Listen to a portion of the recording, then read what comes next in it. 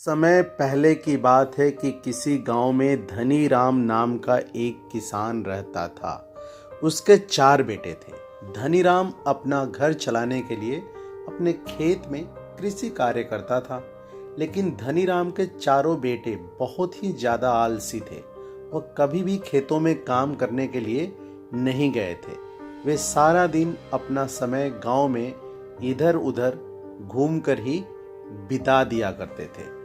एक दिन धनी राम अपनी पत्नी से बोला कि आज तो मैं जिंदा हूं, तो सब कुछ सही चल रहा है। मेरे बाद कौन खेती करेगा?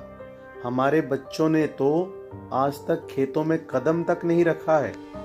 धनी राम की पत्नी ने इस पर कहा कि कोई बात नहीं, धीरे धीरे यह काम करने लगेंगे। इसी तरह से धीरे धीरे समय गुजरता जा रहा था। एक दिन धनी राम की अचानक से तबीयत खराब हो जाती है और वह बहुत ही ज़्यादा बीमार पड़ जाता है। इस दौरान धनी राम अपनी पत्नी से कहता है कि चारों लड़कों को मेरे पास बुलाओ, अब मेरे पास बहुत समय नहीं है। इतना सुनने के बाद धनी राम की पत्नी अपने चारों लड़कों को उनके पिता के पास बुलाकर लाती है। धनी राम इस बात से बहुत ज़्यादा चिंतित था कि उसके बाद उसके बेटों का क्या होगा। इसलिए उसने अपने चारों लड़कों को अपने पास बैठाकर कहा कि मेरे पास जितना भी कमाया हुआ धन था, मैंने वह सारा अपने खेतों के नीचे दबाया हुआ है। जब मैं इस दुनिया में ना रहूं, तो मेरे बाद तुम खेतों में से दबाया हुआ सारा खजाना निकालकर आपस में बांट लेना। इतना सुनने के बाद धनी राम के चारों बेटे बहुत खुश हुए।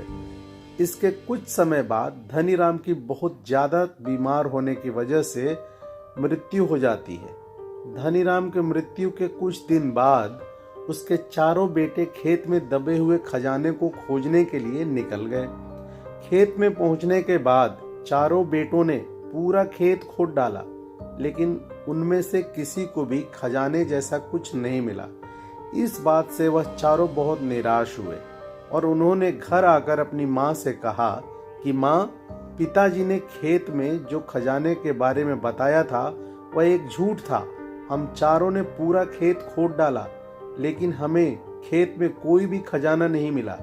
यह सुनकर उसकी माँ बोली कि तुम्हारे पिताजी ने अपने पूरे जीवन में यह घर और खेत ही कमाया है। अब जब तुमने इतनी मेहनत करके पूरा खेत खोद ही दिया है, तो अब उसमें बीज भी डाल दो। इसके बाद चारों बेटों ने खेत में बीज बो दिए और माँ के कहे अनुसार खेत में समय पर पानी और खाद डालने लगे। समय बीतता गया। कुछ समय बाद खेत में फसल तैयार हो गई। फसल काटने के बाद चारों बेटों ने फसल को बाजार में बेचा और उससे जो भी पैसे मिले उससे उन्हें बहुत खुशी मिली।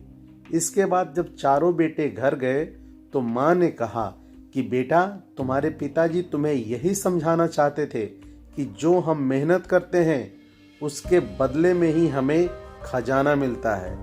कहानी समाप्त। कहानी से शिक्षा। इस कहानी से हमें यह सीख मिलती है कि अगर हमें अपने जीवन में सफल होना है तो हमें कड़ी मेहनत करनी चाहिए। अगर कोई भी व्यक्ति ज़्यादा आलस करता है तो वह अपने जीवन में कीमती समय बर्बाद कर रहा होता है।